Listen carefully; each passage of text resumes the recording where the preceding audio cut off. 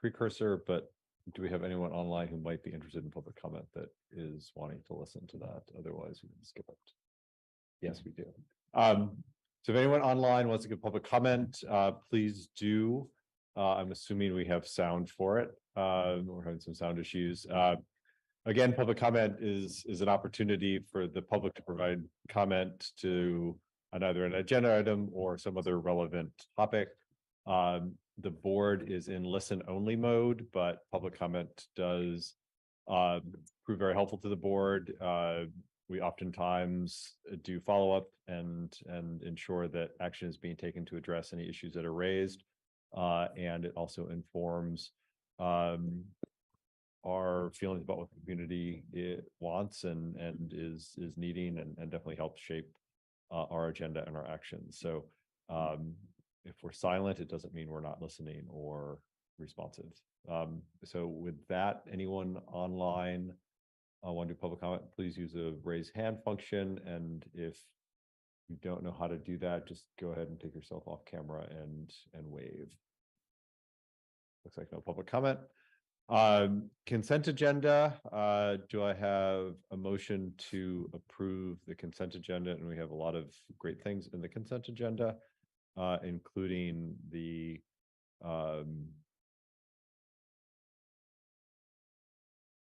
did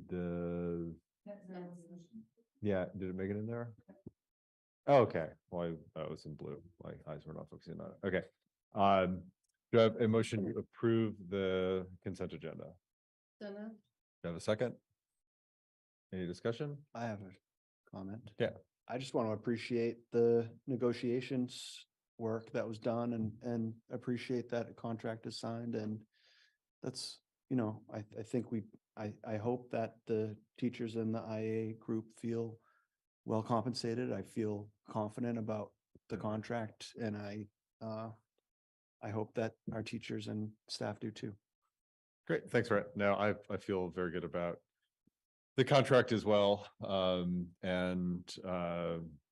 we, particularly on the compensation front, did something to address both the fact that teachers are very valuable members of our community and obviously our school system, and that it's been a rough few years, and that inflation has definitely, I think, hit everyone hard. So I appreciate that as well. And I want to express my gratitude to the Facilities and Energy Committee for the net zero resolution. I think it came out in a really good place, and I know there's a lot of good hard work and good thought put into it. So thank you. Any other comments? Yeah, to add to that, just a public thanks to Tim Favorite from Montpelier Energy Advisory Committee, because he's just been invaluable and ever at our disposal for questions, dumb and otherwise, and it's just been an incredible resource and really generous with his time. So thank you, Tim, if you can hear us out there. Yeah. Oh, great. And second, I would just like to appreciate Beth Kellogg, who is RVS's departing principal, who in my experience has done a wonderful job in pulling our community back into the school after the pandemic. And in my experience has just been a very high integrity individual who welcomes the kids off the bus almost every single morning, unless it's frigid and terrible, which excuse for that. So I just really want to thank Beth and wish her the best of luck in her new endeavors in Portland, going back home. So thank you, Beth. Great, thanks. Emma? I'd just like to add thanks for the net zero resolution as well. It was over a year ago now when the Montpelier High School Earth Group came to us with a presentation. Over 2 years? Oh my gosh. Okay. But the Montpelier High School Earth Walk students, sorry, I said Earth Group students came to us and did a presentation and asked for us to pass a net zero resolution. And really, I give a lot of credit to Kristen for making sure that that moved forward. So when she came on board and was part of the Facilities and Energy Committee, she really was the impetus for our committee moving that forward to the board. So thank you, Kristen, for all your work. And when the resolution was drafted, we had a lot of different readers. So Tim was a huge help. And then we also, it took a village to write that resolution. So I appreciate and want to extend thanks to everybody who helped revise that.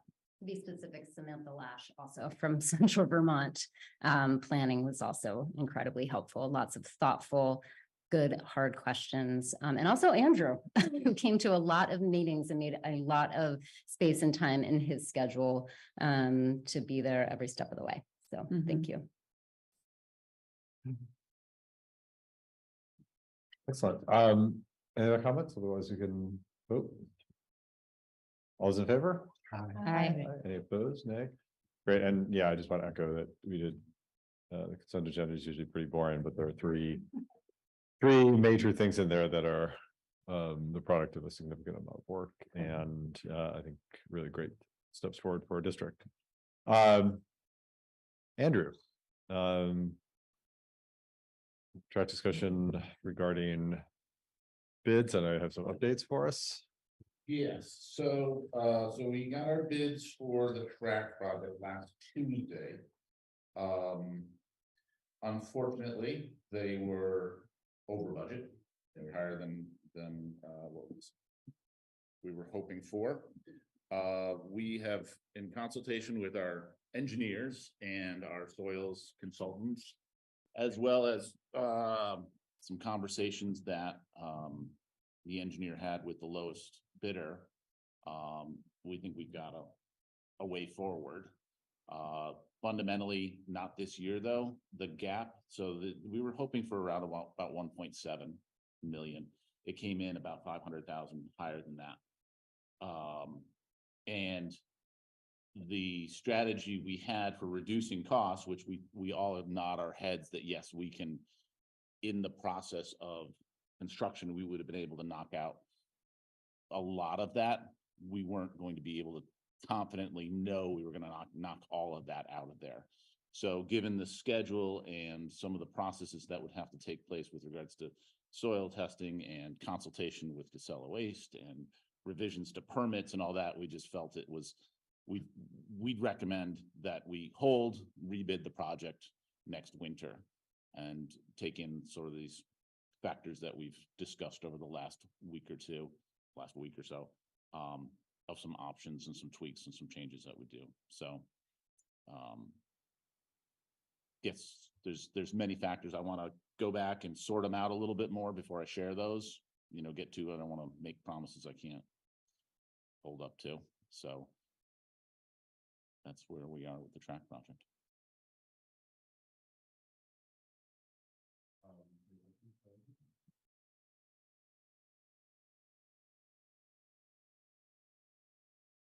I was just wondering, do you have any thoughts or explanation on, like, is it inflation? Is it materials? It's a little bit of everything.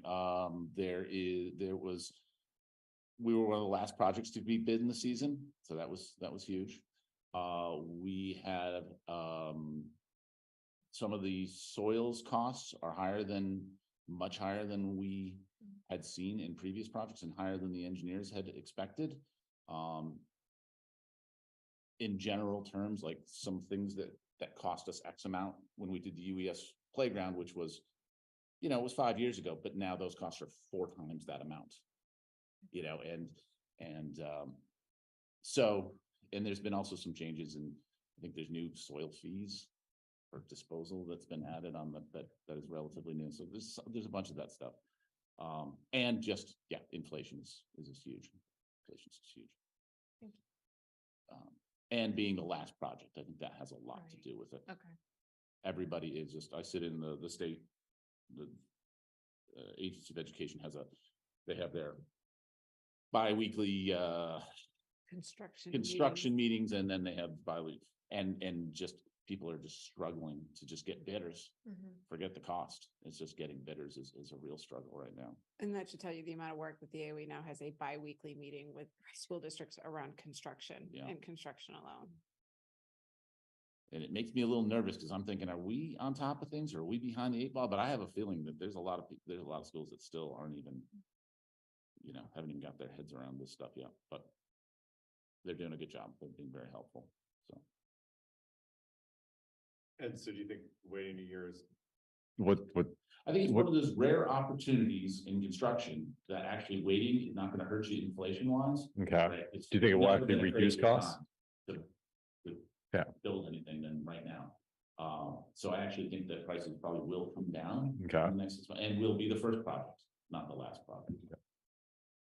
So that should get a lot more interest, give people a little more confidence that they can get things lined up and get the equipment and get the drainage tiles and all that stuff and know that they can hit the ground running.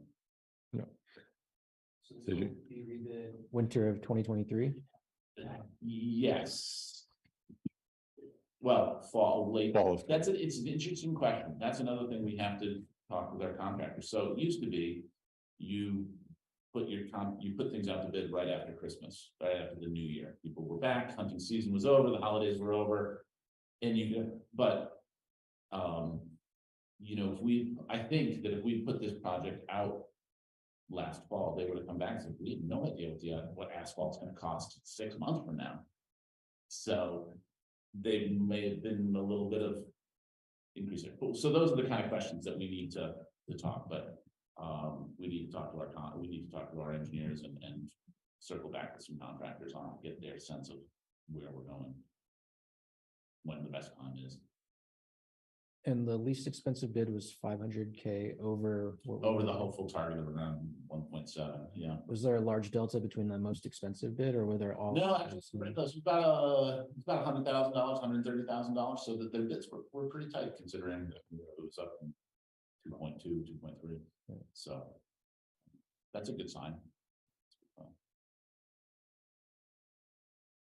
I know there was a lot of community interest and passion for this project that the board heard. So I'm just curious, like in what form, like is there going to be like kind of redesign that has to go, rethinking of the? It will be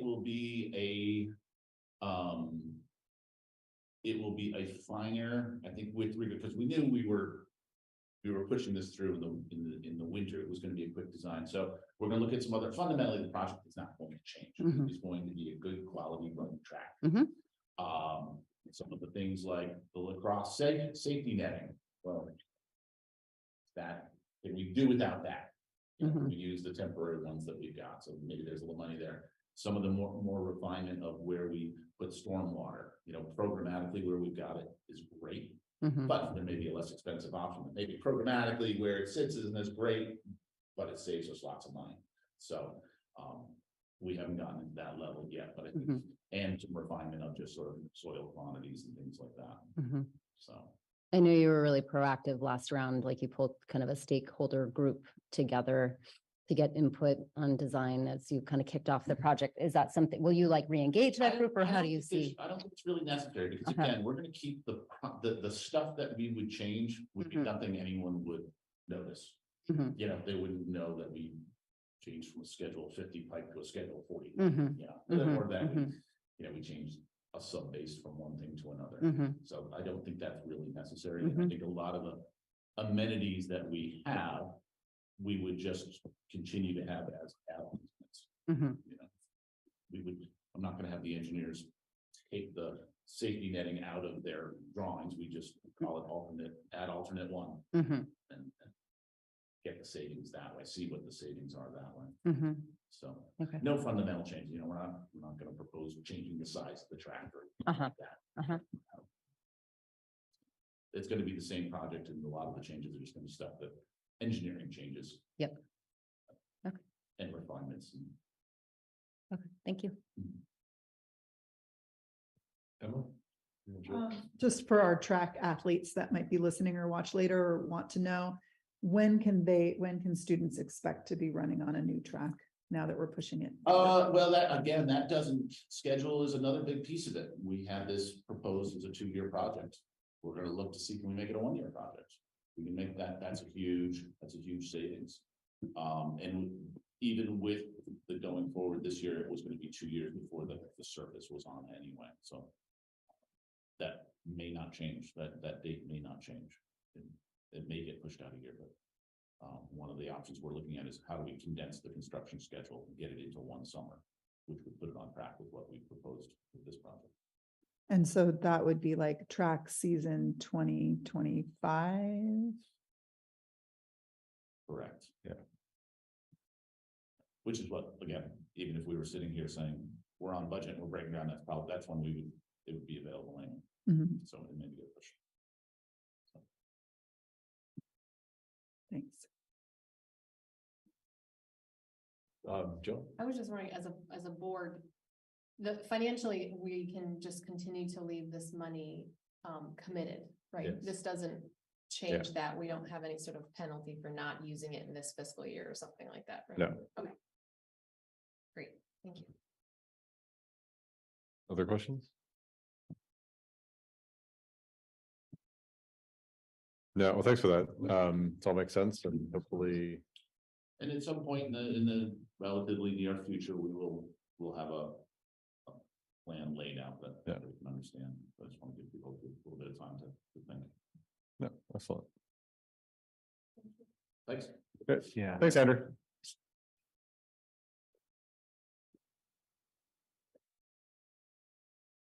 Oh, well, we're on board discussion. I had one more just piece of, thing I want to run by the board, which I did not put in the agenda at the beginning. We have a few exit interviews we want to do at the next meeting. I think when we discussed on how to do them, there was a little debate whether this is something where either like me or a couple people do the exit interview and then report back, or whether we have it with the whole board. I'm happy either way. And I think the people doing the exit interviews, which is Merrick and Zach, who are exiting as board members, and then Beth, who's exiting as the RVS principal. I think both would be happy to do them with the whole board. We'd have to go into executive session. So I just wanted to get a sense of the board as to how you want to do those. I'm happy either way. I think Merrick and Zach want to do it a little earlier, so we might have to start early and go into executive session, but we could just change the warning to do that.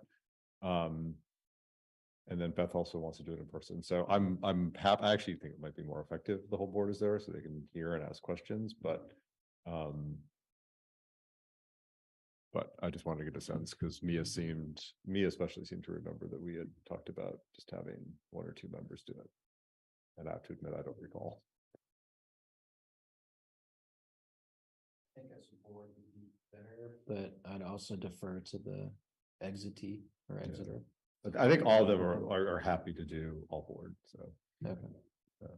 I think it'd be great if we could all do the feedback. Perfect. Because it would help us work with the new people coming in too. Excellent. That's where I lean, but And so we're gonna embed it into the meeting as an executive session. yes. Okay. I think we'll do American, they want to start at like 5:45, so maybe if we could. We could maybe push them back to 6 if that works better for people, or see if they can come in later. I had just scheduled it for 5:45, thinking that we were going to do it outside of a meeting. Yeah, So it was more considered like tacking it on before one of the meetings or after one of the meetings. I think you might want to start earlier, just thinking of the agendas that are coming up. Those Yeah. would make for very long meetings. You did it during a meeting. yeah. Are people okay starting at 5:45 or 6? And we could do it virtually too. Just send out a note. Okay, yeah, Well, it will be warned on the agenda. as Yeah. such. and we can send out a reminder as well. Yeah. And Jim, I emailed you about the policies going on the agenda. Yes, Okay, so that will be next meeting also, yes, the first policy reads. Let me make sure. I get this. I will make sure you do.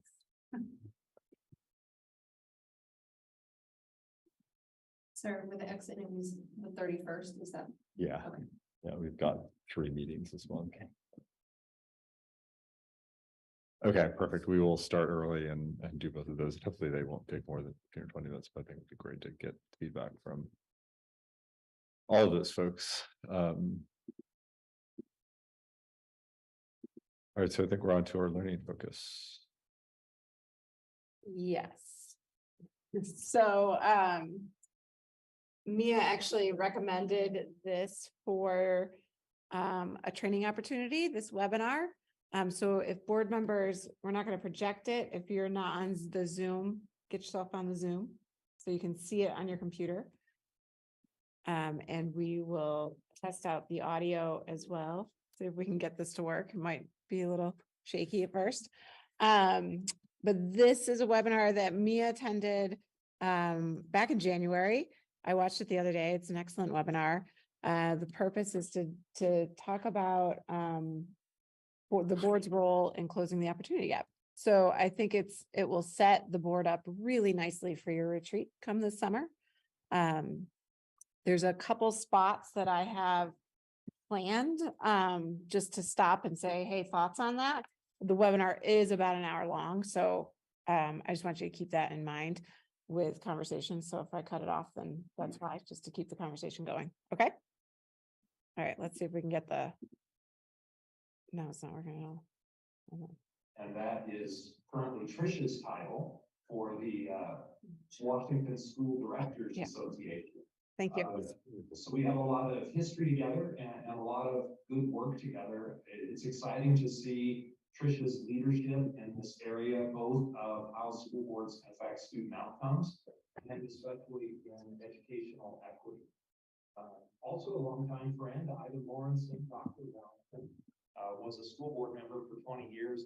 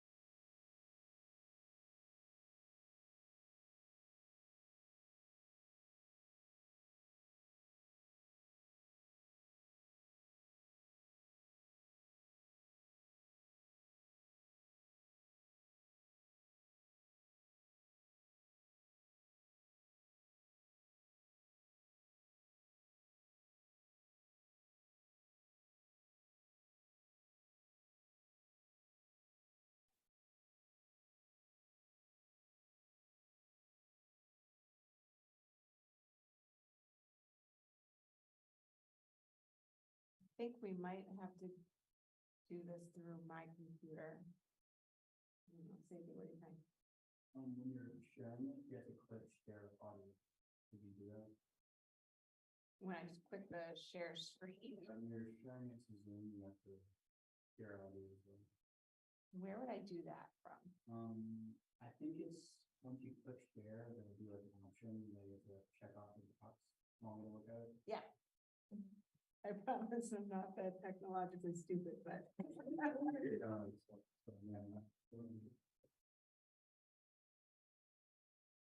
think you have to stop sharing or you screen sharing. Yeah. Stop sharing.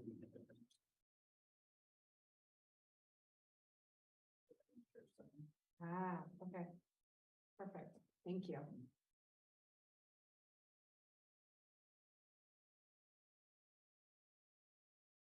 Okay, we're gonna try this again. So family would be very happy.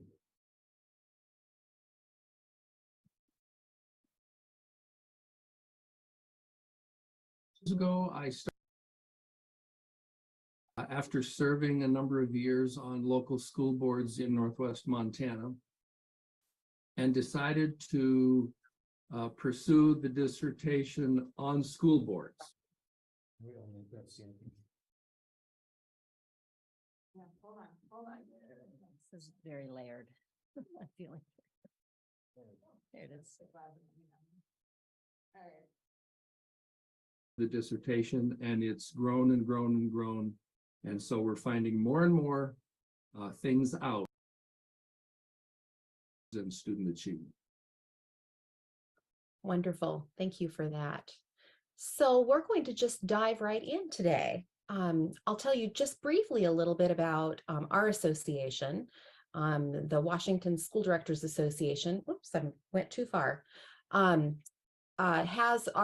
is based in Washington. Obviously, you may hear Ivan and I occasionally call school board members school directors. They are called both of those titles in Washington State. So to prevent you from being confused, if we use those terms interchangeably, I wanted to let you know that that's what we call them in Washington State as well. We have 200.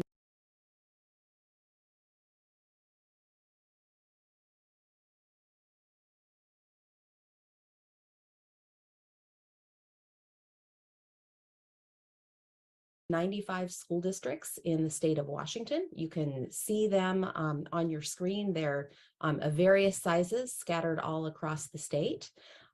You probably think of the picture down in the lower left-hand side when you think of Washington, perhaps Seattle, Mount Rainier, perhaps the mountains that you see over on the bottom right-hand side. But we also have a good half of the state in the eastern side that is much more rural, more agricultural and drier. And as with many states, the two sides of the state are significantly different. And sometimes those differences are wonderful differences, and sometimes they are some cause for a bit of polarization. And I suspect that may not be new to any of you who've been school board members for any period of time. So I'm going to start with this really inflammatory statement right here. Good school board governance is boring. And I tell you that with 18 years of experience as a school board member myself, and almost 10 years of experience in working with school boards. I can tell you when I come home at the end of a board meeting and my husband asks how the meeting was, and I say, it was fine, it was boring. That's a good thing. Probably some of you can relate to that. Because good school board governance creates the conditions for students and staff to be successful. And it has positive impacts. You can see these board members here are working together, looking at each other, listening thoughtfully. At least they look like they're listening thoughtfully. Those may not be their thoughts on the inside. But we've seen a lot of this year. You have parents yelling at school boards. You have school board members yelling at each other. And what Dr. Lawrenson is going to share with you over the course of this webinar today is that ultimately that does more than just cause for a lot of chaos at the board and the parental and the staff level for your school district. It actually has an impact on your students. If the adults are not focusing on the things that are important for them to focus on, for students in the district, ultimately it's the students in the district whose outcomes you'll be impacting. So we'll share a lot of data with you based on Dr. Lawrenson's research over the last number of years that both Phil and I have had the wonderful opportunity to work with and think about and apply to our work.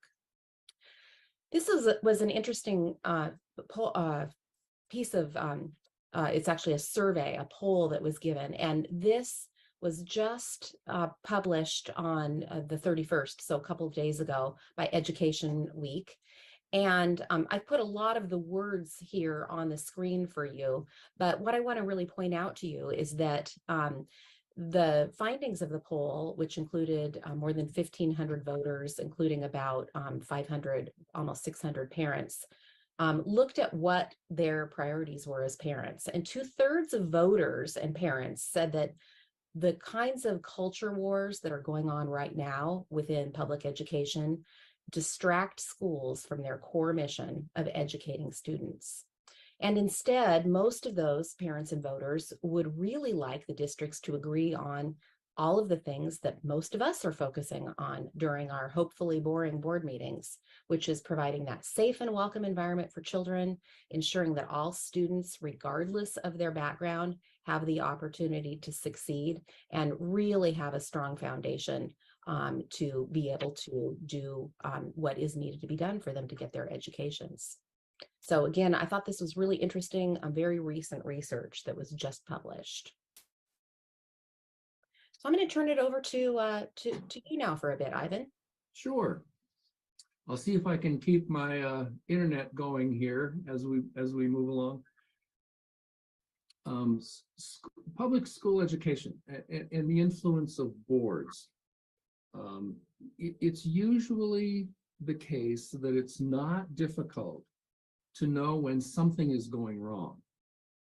Whether it's your car that's malfunctioning or whether it's a medical condition, you've got a sense of something is going wrong. But it's really hard to figure out what exactly is going wrong and how to fix it. And that's what we're attempting to do. Whenever you have the case where you have either high levels of conflict, low levels of student achievement, disagreement within the board, we've got a sense that something is going wrong. One of the fundamental mindsets that we're finding is necessary, oftentimes school districts have this Christmas tree shaped organizational structure with maybe the board or community at the top, with the superintendent, and then it flares out into the principals and the teachers and the various departments. And we're thinking that that needs to be reconsidered, and perhaps an organizational structure such as this, where schools function in separate entities, but they have overlapping formal roles. And in this case, in the next slide, we're going to spend most of our time, I think, during the next few minutes, talking about this particular piece of that organizational structure, where board governance has a large responsibility with the community, as well as a pretty large responsibility directly with the superintendent, and much more indirectly with the various other organizational systems within the school. So one of the pieces that's going to be important for you to understand as Dr. Lawrenson starts talking about his research and what it's based on is that in Washington, we measure board effectiveness through the Washington School Board standards. And a lot of these will align with many of Vermont's governance standards. I had the chance to take a look at those, and I know many of them focus on the board adopting a vision and measurable goals, adopting and reviewing operating protocols. So a lot of these will be familiar to you. I'll run through these briefly for you, and then we'll talk about how they're being used. So the first one is responsible school district governance. Second is communication of and commitment to high expectations for student learning, creating conditions district-wide for student and staff success, holding the district accountable for student learning, and engagement of the community in education. Now, these are the 5 overarching principles. Each of these principles at the standard level has benchmarks underneath each of them. And then underneath those benchmarks are what we call indicators. And the indicators are actually in question form, which makes them very helpful for boards to think about whether or not their own board is applying these principles in the manner that, that they want to be applying them. We use those indicators within our board self-assessment survey. And this really is designed to measure a board's application of the standards. You have an example here of standard 1. This would be benchmark A. So the question really for the board, multiple questions will fall under helping them figure out, do we as a board provide responsible school district governance in these various ways? So this is a result from a board that, as you can see, has taken the survey for more than for at least 6 years at this point. They took it in 2012 all the way through 2018. And this is the kind of report that they get back. You can see the questions are answered in, yes, we always do that as a board. Most of the time we do that as a board, down to no, we never do that, or I don't know. I don't know whether we do that. I don't know if we focus on those things. And they get this back in the form of a report. And that provides them with some really great self-assessment information for them to have a conversation between the board and the superintendent as that leadership team to evaluate what are we doing well, how do we double down on that, where are some areas where we didn't rate ourselves very highly, and are those areas that are important to us, and if they are, what are some goals that we want to set around that. So the research question that Dr. Lawrenson will dive into here is, when we compare those board self-assessment results to state academic assessment outcomes, recognizing that those have some of their own limitations, is there a relationship between board actions and student success? And again, those are measured by what boards say about their own performance and comparing them to academic assessment outcomes. Also within Washington State's board standards, we have a number of individual school director standards, because as we opened with, people yelling at each other, those certainly can be a board behavior, but sometimes it's just one or two people yelling at each other. And so the actions of individuals really matter too, because boards are a collection of individuals either working together or not working together. Sometimes there's a lot of conflict. Sometimes there's healthy conflict where people work through conflict together. And so these actions of the individuals make up the school director standards. These are newly updated this year, as are the rest of Washington State standards. We've done a full update on those since they were developed back in 2008 and 2009, in fact, under the leadership of Dr. Phil Gore.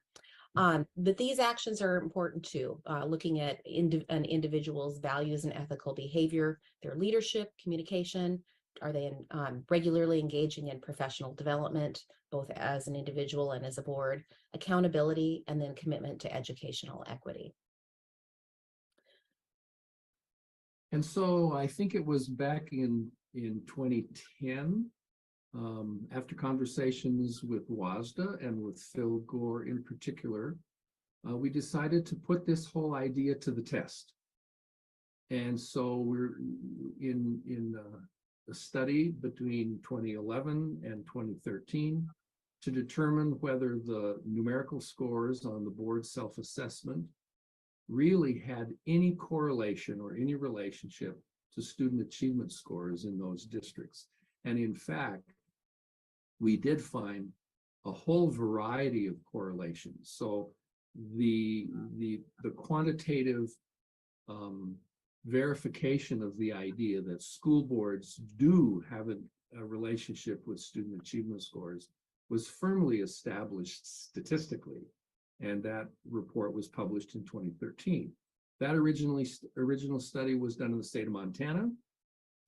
We repeated that study in the state of Washington and again in the state of Texas, and found similar, not identical, but similar relationships in all three states.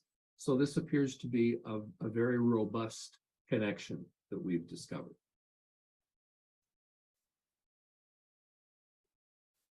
In addition, about the same time, Lee and Edens, Dr. Lee is from Mississippi. Dr. Edens was from Flagstaff, Arizona at the time, did a similar study looking at low-performing boards and low-performing student achievement scores in those districts, and in fact found these characteristics. And Lee and Edens make the claim that by watching a board meeting, and they did so virtually over hundreds of board meetings across the country, if you see these characteristics at a board meeting, they can predictably tell whether that district is high, medium, or low performing in their student achievement. So again, we found a relationship at the high end. Lee and Edens found it at the low end. It's not absolutely 100%.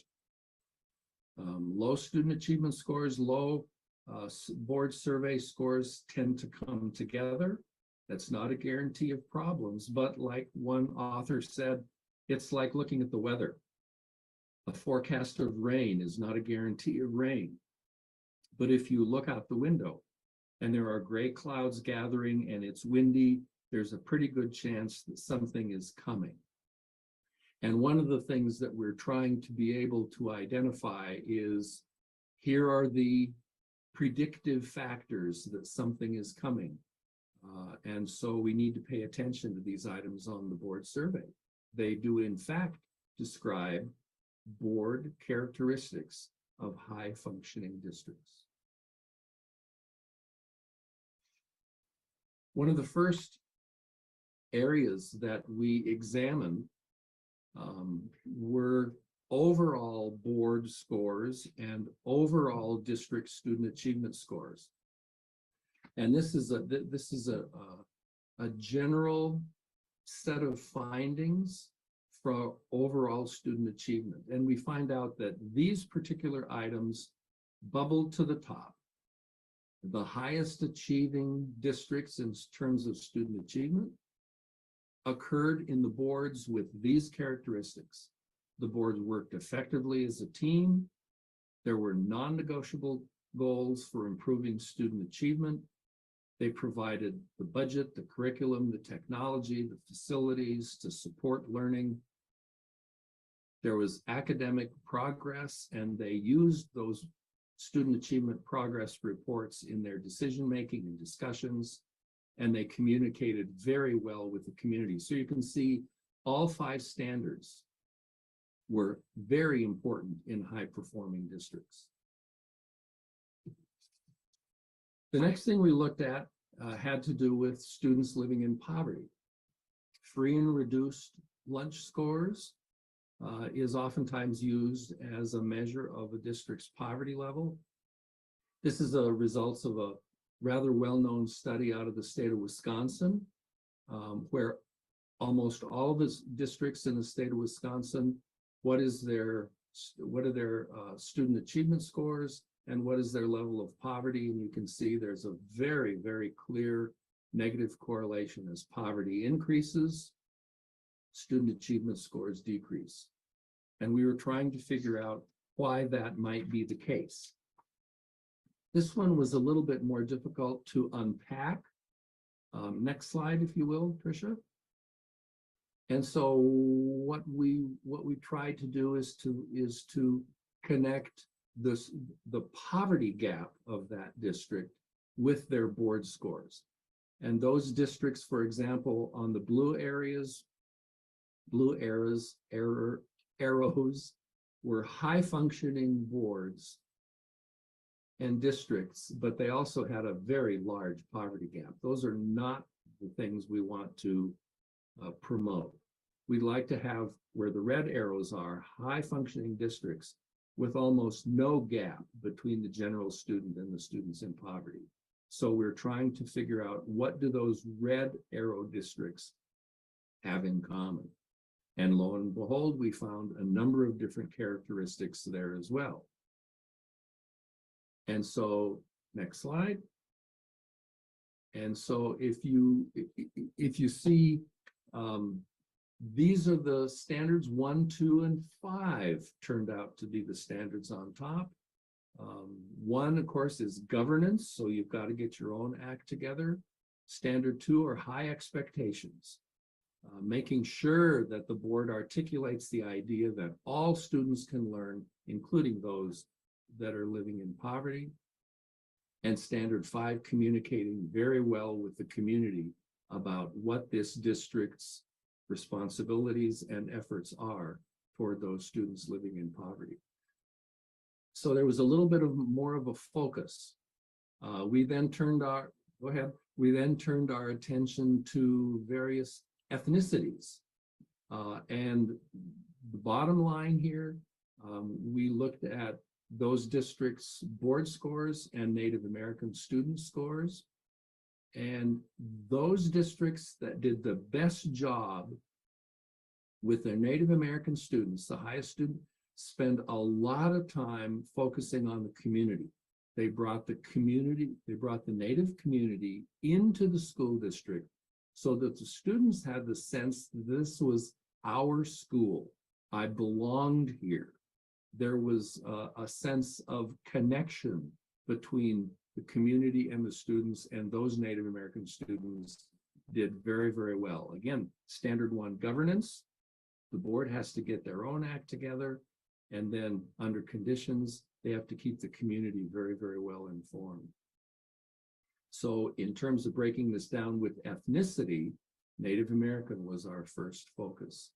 The second one was on Black students, and very interesting, only one issue bubbled to the surface.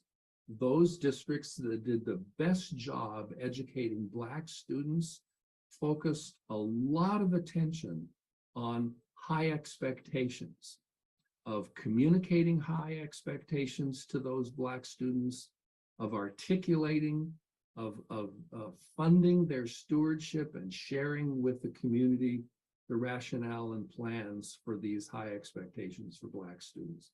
So the power of high expectations here was very, very clear. And the third was with our Hispanic and Latinx student achievement. This one was much more diverse, much broader. But again, the board getting their own governance team together, having high expectations for all students, budget to support all those equity issues that where the Hispanic students and Latinx students need extra attention. Again, communicating with the community. This is an effort that the board does with the community. This is an effort that they don't do for the community. And finally, of all of the factors that have an influence on student achievement, of course, the individual student is the biggest factor. Their own abilities and skills, their home life, whether they're neglect or abuse or hungry or in poverty, or that is the biggest issue. The second biggest impact on student achievement is the teacher. So it's really important that districts make every effort to hire the best teachers they can. The school environment, that's the purview of the principal. The superintendent, we know, is also part of this. This was done in 2003. Patty did this research. And so the question is, what is the percent of impact of school boards? And we really don't have an answer to that mathematically, but let's take a what if. What if boards are only 2%? What if they only have a 2% role in student achievement in that district? Does that matter? Does it really make a difference? Well, if we look around the rest of the world, we can see a couple of examples of what a 2% difference is. And in terms of genetics, the chimpanzee and the human beings, there's a 2% genetic difference. So it can be huge. In terms of Professional Golfers Association, this is results from 2021. The #1 highest paid golfer in the PGA earned almost $1.5 million. The lowest paid, 115th ranked, made $14,000. That's about a 4.5% difference. And at a 2% difference, you cut that almost in half. The difference is between the first and the second and the third place money winner is that they were 2% different every time they went out on the course. But the number of strokes at the end of the year was almost meaningless, from 68 to 71. So boards don't have to make major changes in the way they do business, but if they're a little bit better every time they meet and every time they have a conversation. The last thing I want to emphasize here is that regardless of how you got onto the board, now that you're on the board, this is your team now. It doesn't matter who voted for you. It doesn't matter who contributed to your campaign. It doesn't matter anymore who your friends are or your political or business associates are. As soon as you're elected to the board, you've changed your team, and this is your team now. And these are these are the people that matter to you. These are the statistics that matter to you. These need to be holding central conversations in your school board meetings in terms of decision making.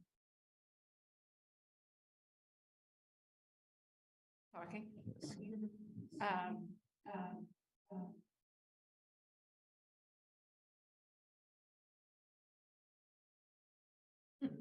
Yes, yes, yes. Sort of.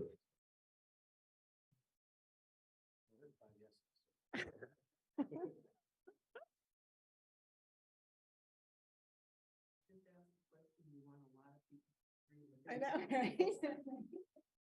I think we just turn off the speaker. You want me just to go hit the button? Yeah, probably easier. Thanks, Donna.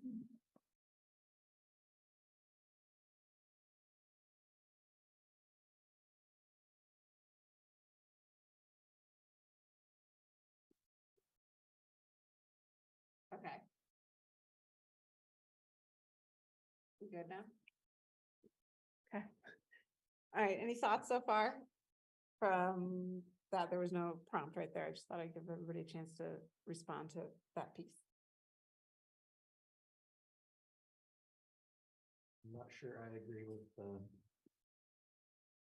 monkey or golfing analogies, but I do agree that, everything else I thought was good. Stretch. Yeah. Just a little stretch. Yeah. Yeah, I thought that was, a little more I mean, I just thought the analogy was bad in general because, the board obviously doesn't affect, but it affects the environment where teachers are hired, where principals are hired, where superintendents are hired. So all of those other things, there's the wash through effect. And then it was unclear from the data, the kind of the correlation between well-functioning boards and student achievement, and poorly functioning boards and poor student achievement. How much is that just a reflection of the communities? Communities that are probably more affluent, more educated, might be more likely to have both higher achieving students and a higher achieving board, just given the demographics. And was that, is that a reflection of, obviously, board function helps, but how much is that a reflection of the communities where both of those entities exist? I think you have to remember the slide with the red arrows and the blue arrows, because they took out the red arrows where there was a low opportunity gap measured or low achievement gap measured, yet still high board functioning. Like all of those boards had rated themselves high. Yeah. So that's what they're trying to measure for. Yeah, that's what I thought. It wasn't. Yeah, it wasn't clear how much the control worked. And a good takeaway is, especially to, is the importance of community engagement and reaching out to all aspects of the community. I think came through. Certainly a theme. Okay. Yeah. Any other thoughts before we start again? No, that's my deal, so I'm on board with that, the community piece. Well, the public high expectations resonates, publicly stating high academic achievement expectations, I think, is something that hopefully we'll, in our retreats or whenever, we'll be able to figure out a way to communicate that effectively. Definitely another theme from all of those slides. All right. We can do this again.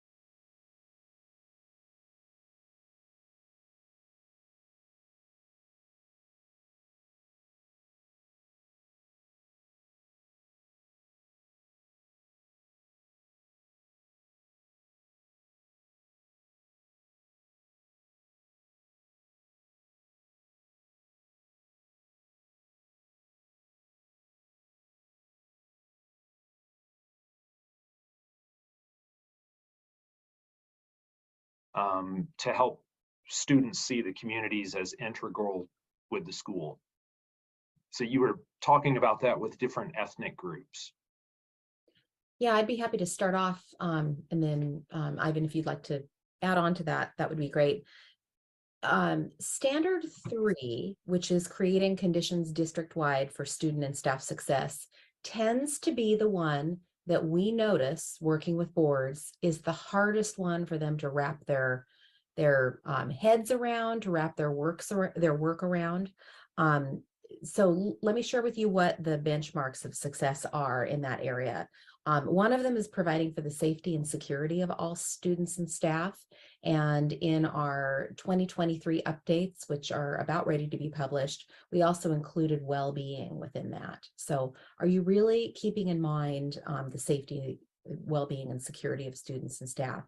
Also employing and supporting quality, diverse educators, teachers, administrators, and also providing for their professional development. So you might think as a board, we don't have anything to do with staff professional development. In fact, you have a lot to do with it because you're approving budgets on an annual basis that either support that or don't support that.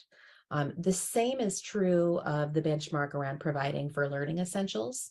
So are you as a board identifying and supporting budget-wise, and even in your strategic planning, the materials that are needed for students and staff to be able to be successful? Curriculum, technology, high-quality facilities, all of those things are included.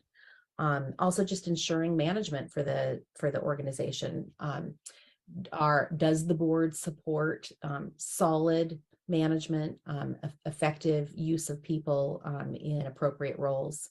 And then finally, all of that is wrapped up, as I said, with adopting and monitoring that district budget. The monitoring part is important too. So you don't just adopt it and let it lie. It's a little bit like your home budget. You want to make sure that all along the way that you are continuing to fund the things that matter to you as a board and as a district as identified within your strategic plan. I think, Phil, you also asked, what are some examples of working with your community? Did I phrase that correctly? I'll take a look at the question. That is correct. Yes, that is correct. Yeah, some examples of things boards are doing with the community. Yeah, I can start here and would invite Dr. Lawrenson to jump in. The community needs to feel like they are part of the decision making, particularly in those areas where it's most appropriate. So I'll just give you one example, and then I would love for Dr. Lawrenson to jump in here. Student voice and parent family voice is certainly an area that has grown in importance and focus over the last couple of years.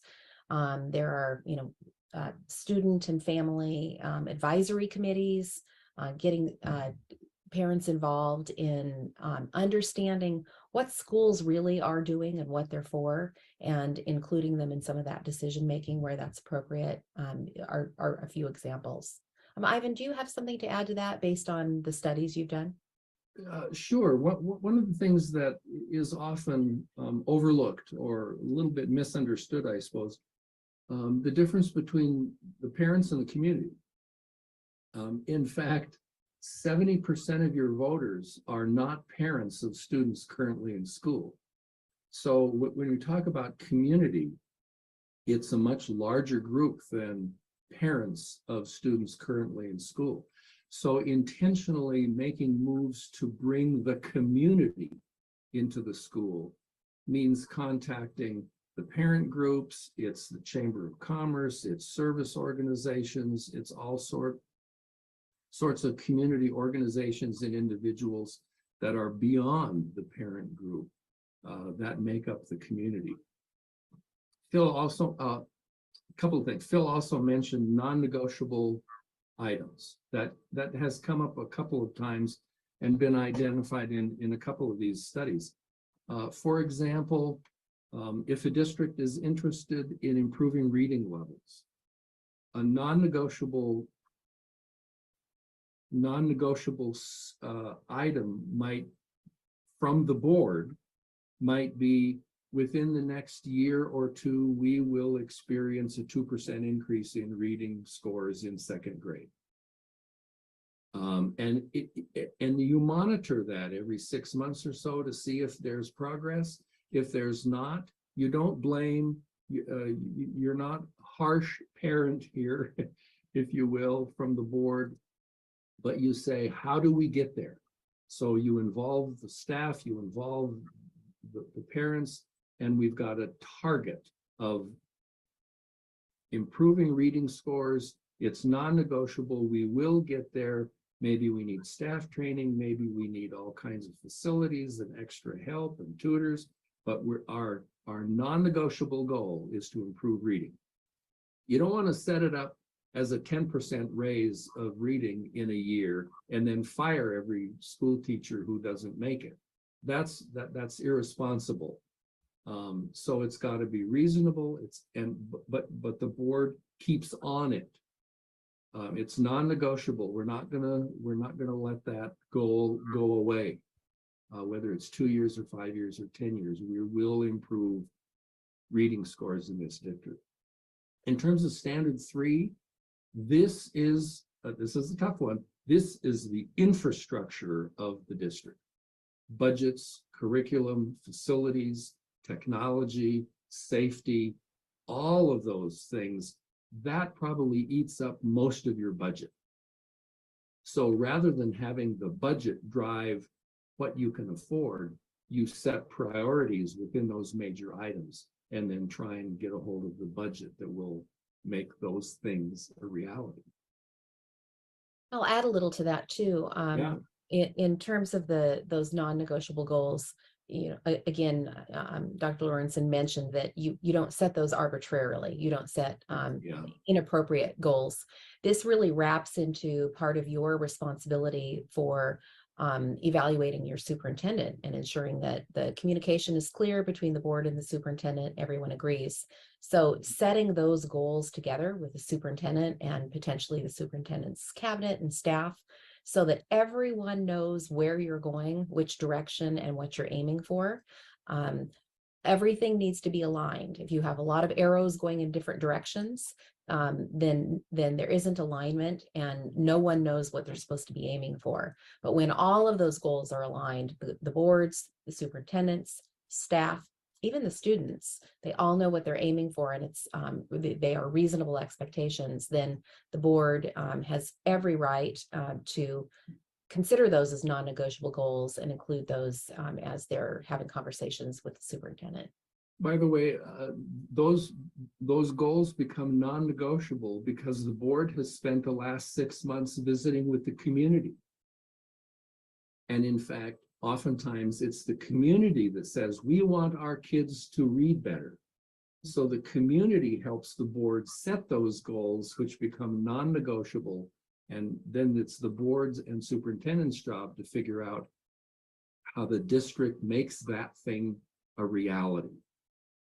It's tough. It takes a little bit of time. Again, this is not something the board does to the district or to the community. It's something the board does with them. And the right conversations with the community on one side, the staff on the other, and the superintendent, when they all come together, that becomes a non-negotiable goal that is in effect for the next 2 to 3 to 4 to 5 years. So Yes. we've had these delicious bread items up on the screen for a while. Do you want to dive into that? And we're almost to the end. Let's wrap up, and then I see that there are a couple of additional great questions that we can answer. So again, kind of an analogy. You take eggs and sugar and butter and flour and you put them together, and there are endless possibilities. So a few basic ingredients plus a good plan, and you can end up with all kinds of wonderful things. Along the same line of thinking, you take a chunk of wood and put together with a plan in the right hands, you can make amazing and wonderful and creative things. So again, in the right hands, next slide, you take a few letters and a few numbers and you put them in the right hands, and you have amazing letters and books and stories and information that the world benefits from. In the right hands, a few dots on a bunch of lines, you put them in the right hands, you have absolutely amazing results that come out the other end. And in terms of school boards, we're finding out that those items that are identified in the board self-assessment survey, next slide,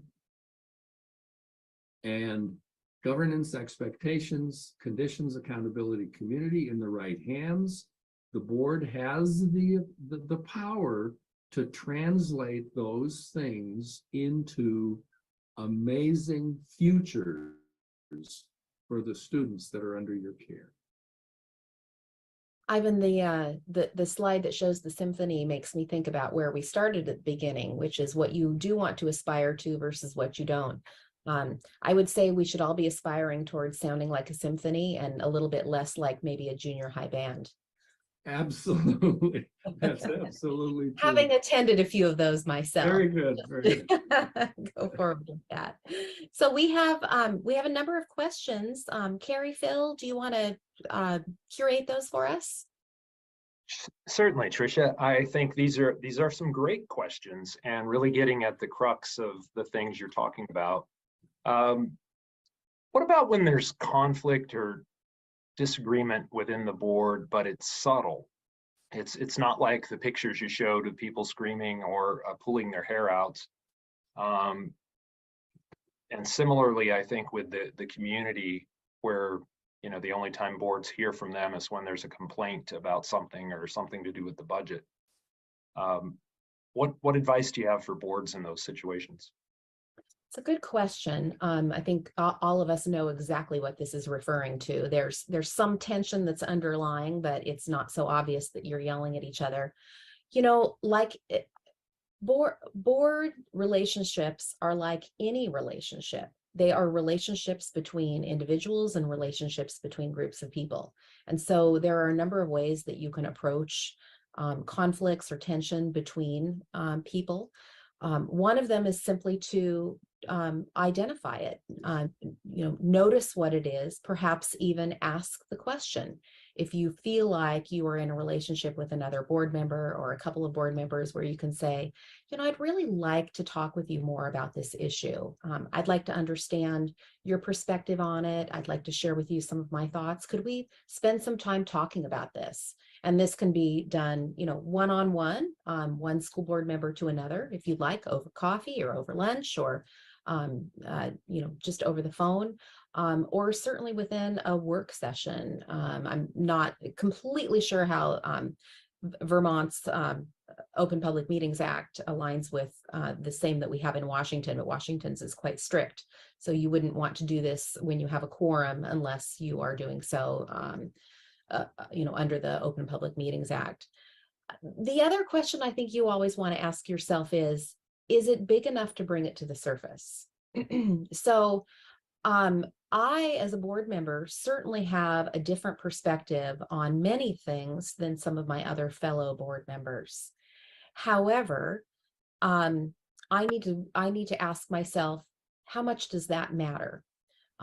If we are working towards the same goals for our students, we are interacting in a civil way with each other and moving the work along, does it matter if all of our views don't align perfectly? Probably not. If we need to dive in and ask about them and talk about differences, we can do that. You can do so in a way that allows people to have different opinions and doesn't force them to adopt your own, but you can appreciate the differences and determine whether or not they're important. Ivan, what would you add there? Oh boy, this is a great big topic. I'm not sure how much time we've got left here, Phil. About 15 minutes, 10. Pardon me? Not enough time for the kinds of questions coming in. Okay, should we move on to the next one?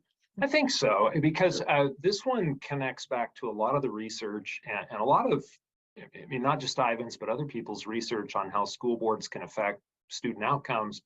A lot of it makes the comparison with state assessment scores because that's data that's readily available. So what does a board do if their administrators downplay poor test scores or say things like, this is just a snapshot, it really doesn't correlate with graduation rates?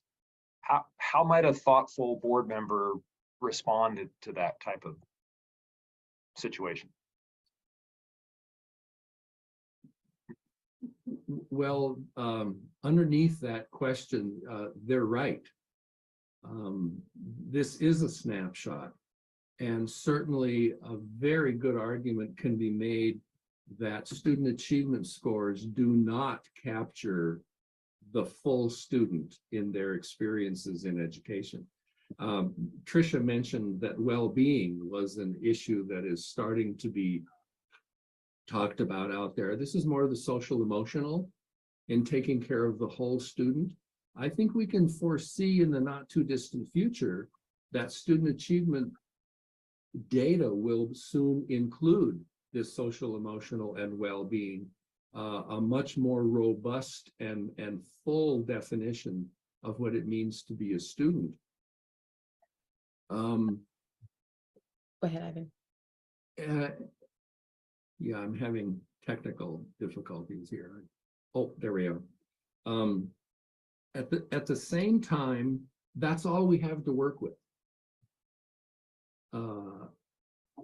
This whole transition from just stories into, here's what I think is going on, into the data and the statistics which demonstrate that there is a connection between boardsmanship and student achievement. This is very vital. We've got to turn that back into now. How does a board change what they're doing in order to impact student achievement? And student achievement is not irrelevant. It might not be the complete picture, but it is not irrelevant. It is not something to be discounted. It is dangerous, hazardous to say, well, that's because of the poverty level or the ethnicity or there's no evidence anywhere to say that students in poverty are less capable or students of various ethnicities are less capable. Those arguments are not valid arguments in terms of a district's ability to control the things they can control and help the students in the classroom with their achievement scores. I'll simply add to that, and then we can get to the next question, that this is one of those non-negotiable goals a board can set. Yeah. And that is that, okay, we do understand as a board that this is a snapshot. Academic assessment is important. It isn't everything. So as a superintendent, what are the types of data, the additional types of data that you'd like to bring to us to help us evaluate how students are doing? Student survey data, community data, parent data, input from staff. There are so many different types of pieces of data that you can have a fuller picture of how your students are doing. There are student well-being surveys out there. So student achievement is not the full picture.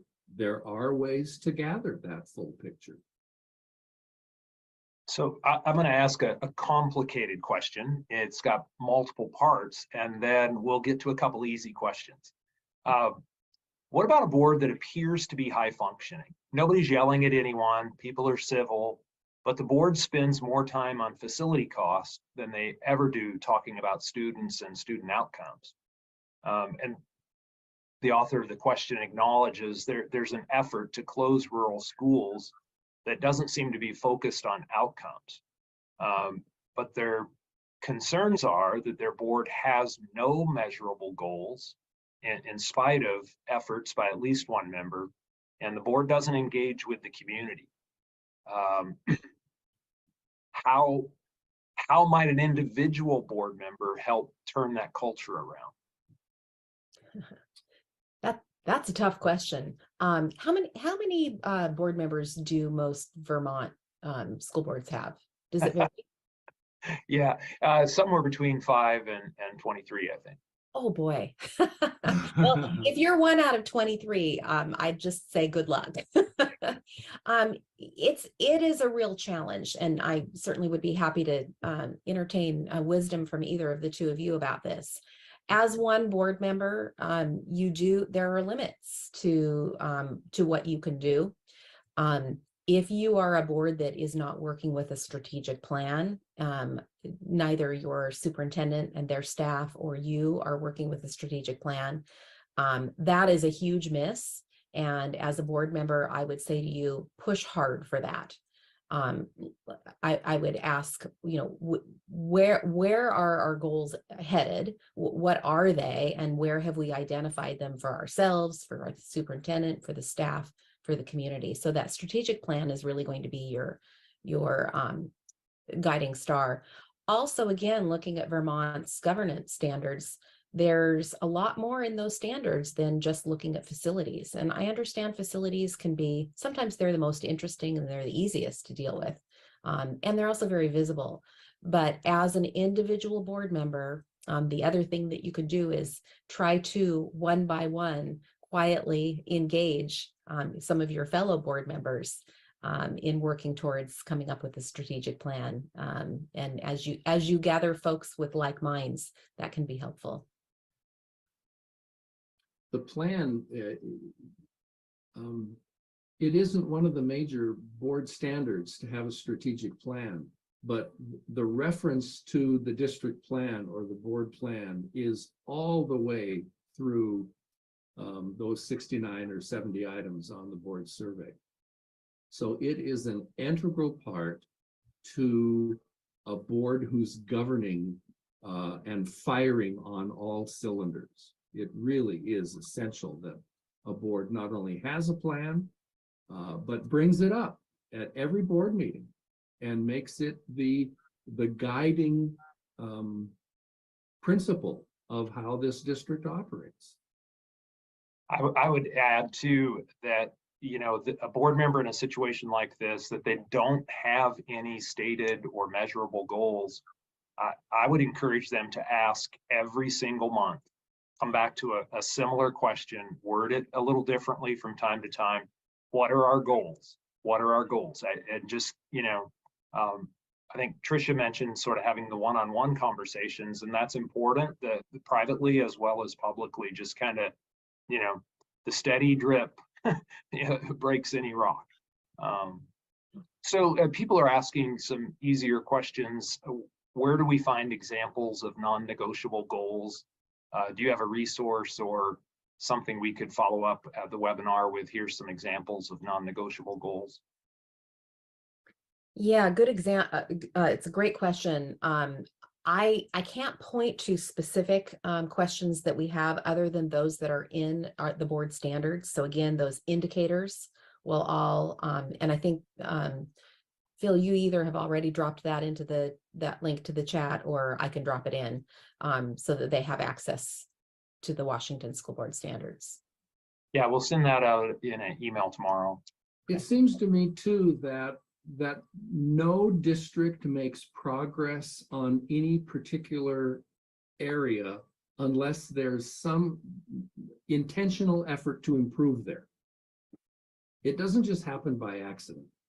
So look at a district who has passed a mill levy, who has built a new facility, who has experienced major growth in some particular, and look back at their board meetings for the last 2 years, and you're going to find that non-negotiable goal sitting there every meeting. What are we doing on this project? How is this thing progressing?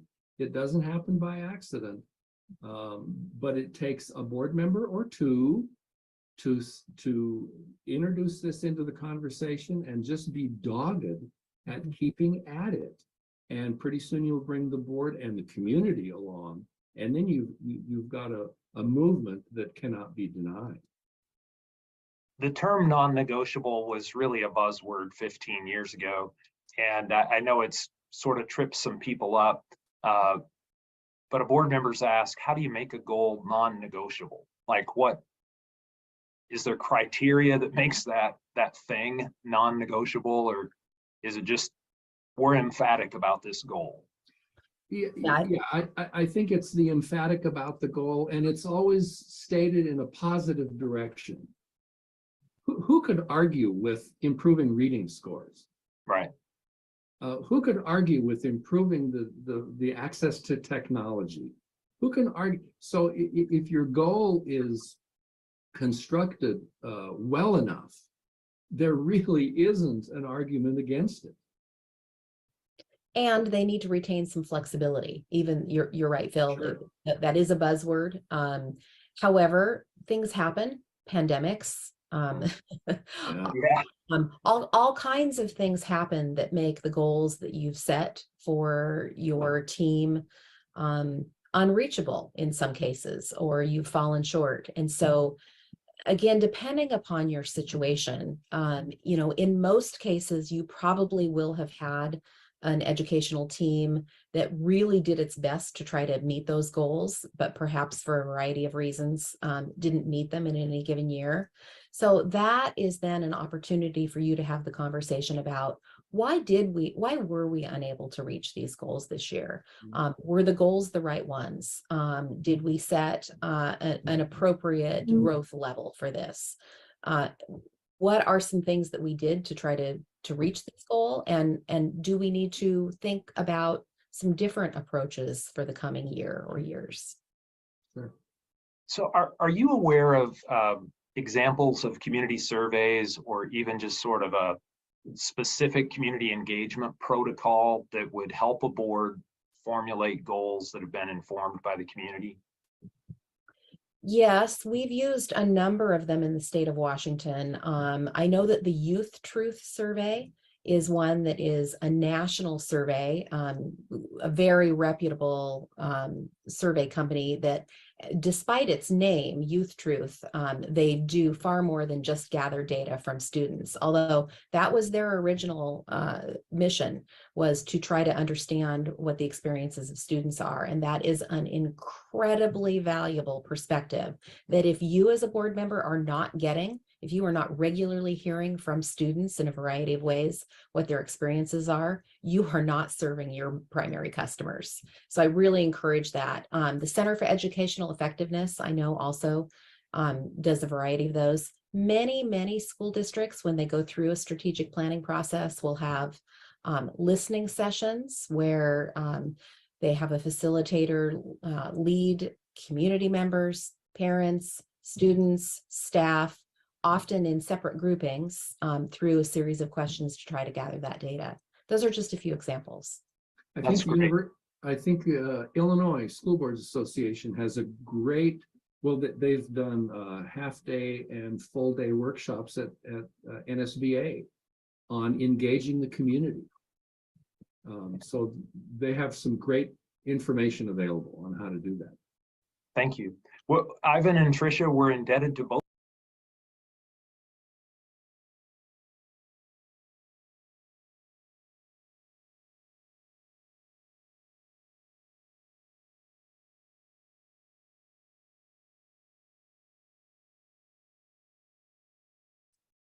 All right, Bob.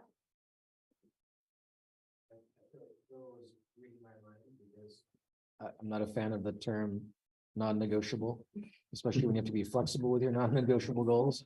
I agree with the point of the whole of non-negotiable goal setting and tracking. I like that because to me, it just goes back to accountability.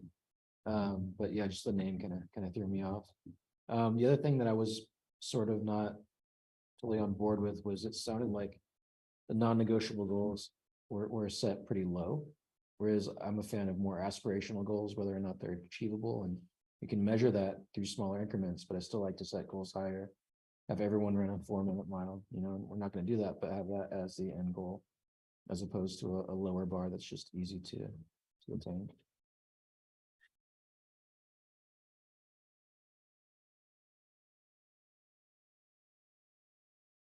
Yes, Bill, I mean, I agree. I mean, like, use the word non-negotiable.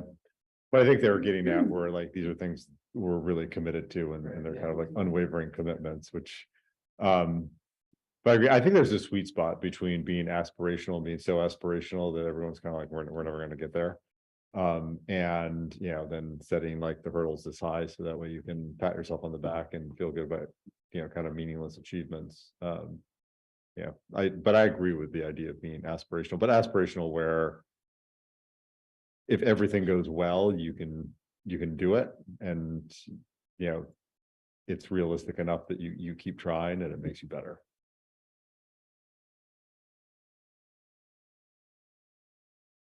Yeah, I'll remind that if we're doing, I never had heard SMARTY goals, but SMARTY goals, the A is achievable. Okay. So I think it's, I would lean more towards something that we, feel, I think the delicate balance there of like a little bit of aspiration, but something that's realistic to actually achieve. Like maybe a 5-minute mile, which is still pretty fast, but You don't have my knees, man.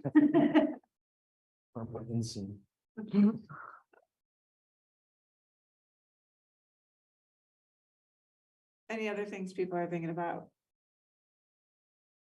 Thinking about the community engagement piece and whether or not we end up with a community engagement committee or how we approach that. And, I think we did a lot of work with Esser, we did the work with Nathan, and we were kind of doing things in spurts. And there was some sense that there was a little bit of weariness in the community. I'm hoping that we can come up with something that's consistent. Something that we can roll out every year. Maybe it's two tools every year or something that people can expect to see. That we can increase our engagement with those tools as a goal year to year or something like that. I don't know. And I'm interested in the workshops and the surveys and the things that they were mentioning at the end, because I think that we haven't come up with a consistent approach to that work, and it's important and hard. So I'm interested in that part. And then you can get longitudinal information. You can sort of see how it changes over time and adjust. Yeah. Yeah, I also am really interested in the community piece, and I think, maybe we could look at identifying the natural community leaders and encourage them to help us figure out how to gather information or the best way to present things so that we have a better beat on what the thinking is out there. I think the surveys are great tools, especially for folks who really want to maintain anonymity and sharing perspectives with the board. And I also feel like having that true FaceTime, I think for my experience, it's been showing up at places time and time again and remind like we are here, the name at the end of the front porch forum, the forum post is, that's me. I'm accessible to you. I'm here as, as a point person to then connect back to the board, and how we kind of weave that into kind of those types of outreach like surveys, but how we get in front of people and very clearly make ourselves available.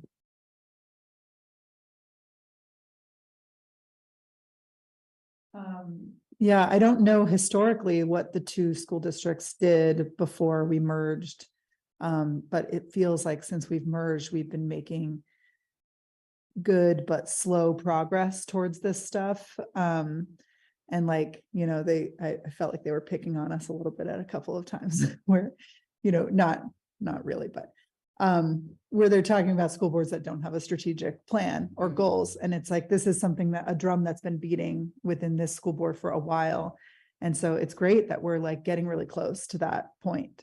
And so I feel good with the progress we've made. And then I also am reminded, I think we did really good community engagement around Esser. And I think we set in motion some things that can be replicated down the road with listening sessions and stuff like that. And even having our student board members, Merrick and Zach, and, they were talking about having a committee of students to support them. And it made me think about like maybe having community members on each of our committees But I'm definitely in favor of the community engagement committee too. I feel like that piece is so important and it doesn't squarely fall into anybody's responsibilities.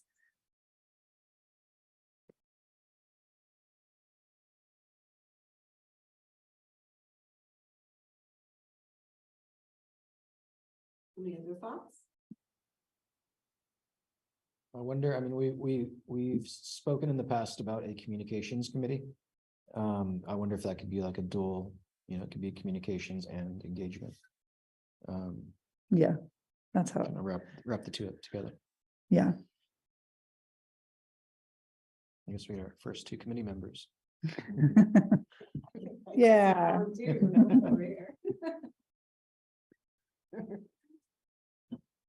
Red has a few committees that he's on. One or two. Yeah. One or like 7. Scott has his hand up. Scott. No, he was clapping. No, it's clapping.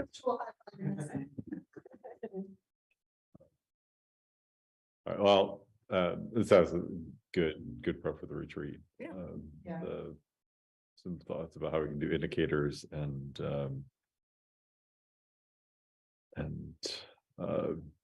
yeah, and then ideas like community engagement is one of our goals, and a committee maybe is an indicator, but it's a tool that we can use Strategy to reach it. strategy to reach it. All right, excellent. Well, thank you for that. That was very Oh, yeah. helpful.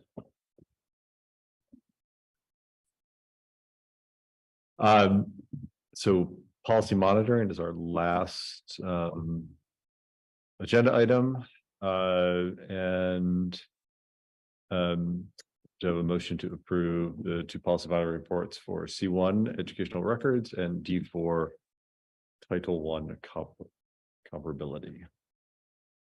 Libby, can you tell us again what Title I is? I'm embarrassed. Yep, it's part of the federal funding. So it's in our CF or Consolidated Federal Grant Programs. Title I is allocated based on poverty rates. And it's dedicated to supporting students who are not reaching proficiency. Okay, thank you. I move that we accept the 2 policy monitoring reports, policy C1 and D4. Oh, second. Any discussion? All those in favor? Aye. Any opposed? A motion to adjourn? Well, before motion to adjourn,